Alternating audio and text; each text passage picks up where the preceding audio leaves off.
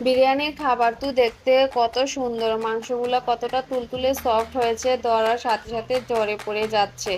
আসসালামু আলাইকুম, হ্যালো কাচ্চি লাভার। বিয়ে বাড়ির কাচ্চি বিরিয়ানি সকলে মিস করেন, খেতে মন চায় কিন্তু না বানানোর কারণে খেতে পারেন না। আর কোনো ভয় নাই, বাড়িতেই বসে বিয়ে বাড়ির কাচ্চি বিরিয়ানি রান্না করতে পারবেন খুব সহজে। জাস্ট কিছু টিপস ব্যবহার করতে হবে, তার জন্য সম্পূর্ণ ভিডিও দেখবেন।